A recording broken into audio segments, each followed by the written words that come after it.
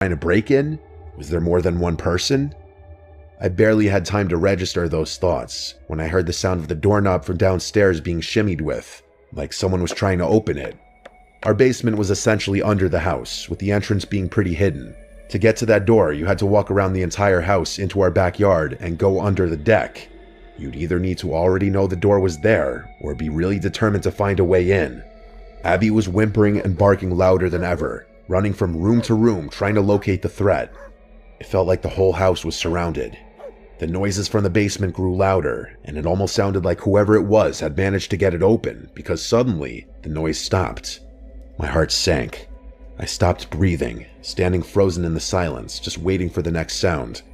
Then, quick as a whip, Abby flew down the stairs and started growling maniacally at whatever was down there. Abby was a good-natured black lab who had never hurt a fly, but in this moment, I had never heard her sound more threatening. It felt like I was frozen in place for minutes. Finally, my fight-or-flight instinct kicked in when I realized Abby had stopped barking and growling. I called her upstairs and locked the door inside the house that led to the basement. I grabbed the home phone because I didn't have a cell phone yet, and ran with Abby into the closet in my parents' room, where one of the guns we owned was stored. I sat there, armed and ready, about to call 911, when I suddenly heard the front door open.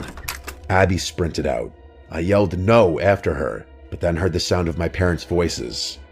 I ran into the living room to see them petting Abby and looking at me strangely. I spent the next several minutes recounting the events of the night to my parents. My mom was horrified, and my dad spent the next hour searching every corner of the house inside and out with his gun in hand. We didn't find anything, and I didn't sleep that night. The next afternoon, there was a knock at the front door.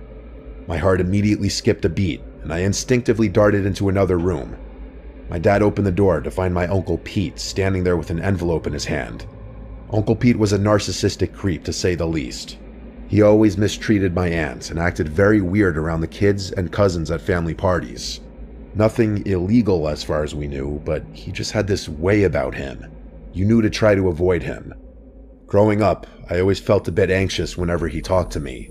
I can't remember anything specific he may have said, but his overall demeanor was unsettling. Even adults who spent too much time around him said he made them uncomfortable.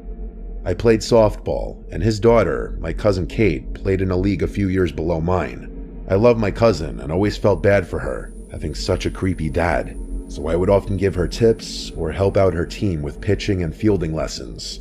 My mom and I eavesdropped from another room and overheard Uncle Pete say something like, "I tried to stop by last night to drop it off, but no one was home, I guess." I couldn't hear much else, but shortly after,